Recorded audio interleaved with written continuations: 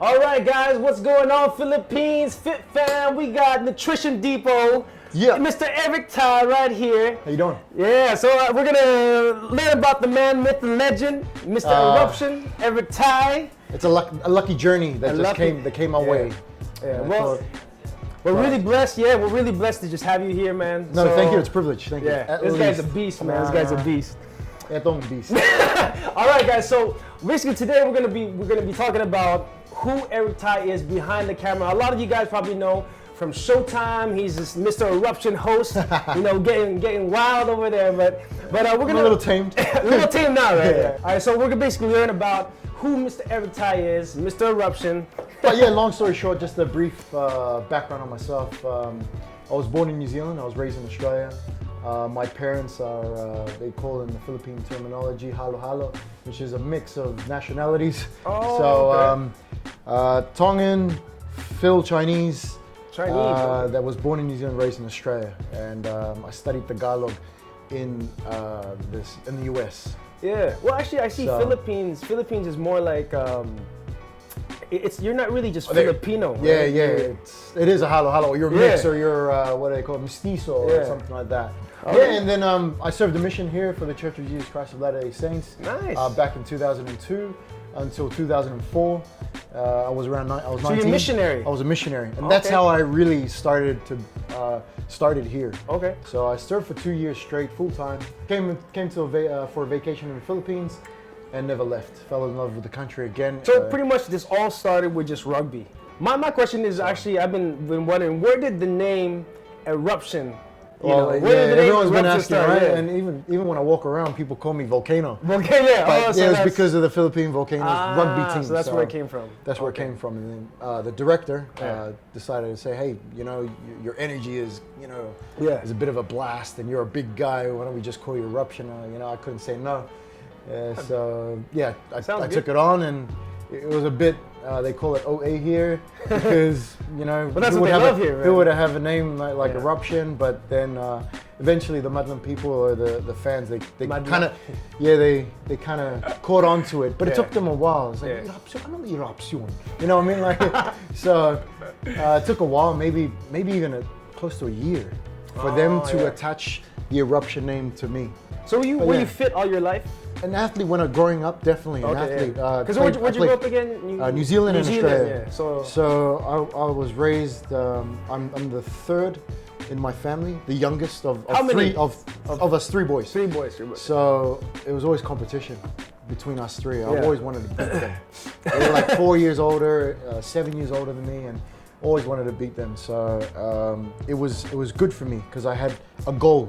So once I beat one brother, I got to beat the other. So that's what really pushed me in becoming an athlete. I guess to share with our Fit Fam, I mean, I'm sure a lot of you guys are probably wondering, what does an athlete do during the day? I mean, what time does he wake up? What time does he go to bed? Daily schedule now, I mean, in comparison to when I was single, totally different. Now I'm married. So what time does your day start? We start around, like me and her, we start around 6 a.m. They've been seeing. I'm sure you guys have been seeing these posts about Eric, this whole transformation, how it all started. Why don't we go a little bit about that? We're actually going to show you a picture at the end, probably at the end of this video, of his before and after. You know, when he's all Mr. Puffy, Mr. Puff Marshmallow Man. Puffy now, but yeah. It's just being humble. Yeah. But yeah. So why don't you just kind of give us a little summary of how long did it take you to transform, and what were the milestones, and how did you get there, All right. It was like 2-3 months after getting married, and that was the first time I ever went over 240 pounds. So 240. So I mean, I am tall, but 240 for me, I've never hit that, and that's kind of large for me. Yeah. So when I did jump on the scale, then I said, hey, how am I being an example as an athlete to my fellow Filipinos or to anyone that around the world watching? So I had to make a move. If I want to be this fitness icon, or if I want to be this example in regards to fitness and health, then I don't kind of look the part. It's going to be hard for me to help people. What was the biggest struggle as far as like your transformation is concerned? What was the biggest struggle? Food. Definitely food. I'm a cheesecake guy. I So cheesecake, if there's one food in the world that would be... Would it be cheesecake or cupcakes? Cheesecake and cupcakes. But yeah. So we know we're going to get this guy for cheesecake and cupcakes. That's it, man. Actually, you could actually make cheesecake cupcakes with Muscle Tech protein. I'm going to have to check out that, check a recipe. that recipe. Throw some protein powder, make some cake. You good, man. Actually, I'm going to have to get tips from you, bro. So, protein cake. That's another session, by the way. Another episode. Yeah, we'll be back with that. We'll talk about protein cakes. But that was the biggest struggle. The fact that I did start my diet and I went on it was like a... How long was the It was like straight on. 1 month. One month. That was 30 days I lost 20 pounds. It was pretty solid, but I didn't only fixate it on weight loss.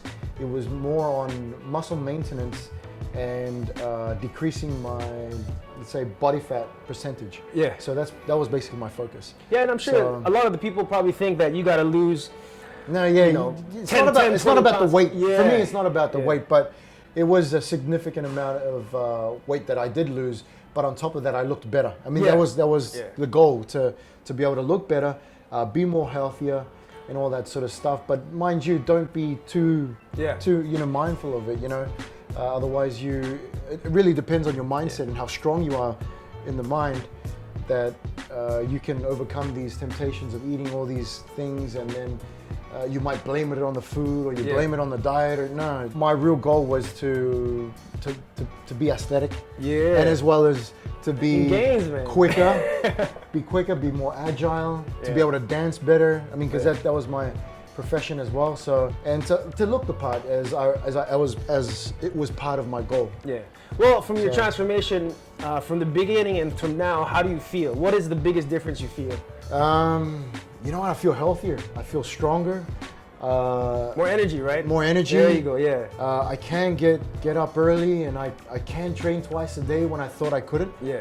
And it's all about muscle memory. It's all about actually going and doing it, and having a love for it. Because if you don't love it, just like work or anything else, if you don't love it, you're gonna dread it. You know what I mean? Or you're not gonna enjoy it as much. So it's got to be a passion. It's got to be a passion, man. And that's what I definitely believe in. And when it becomes consistent, it doesn't even feel like work or a workout. It's because you love it so much. It's just, it's part of life. You know what I mean? So 1 month, and from when you started was what date was it? It was July 6th. July 6th, and then the end of it was August 6th. August 6th. Okay. So it was basically 30 days. And that's one thing you gotta find. You gotta learn about. When you're fit, you actually recover a lot faster. That's exactly right. That's especially with diet, and that's where diet really actually. That's when diet really comes into play. Yeah. You have to make. I was gonna speak Taglish. You have to make iwas. You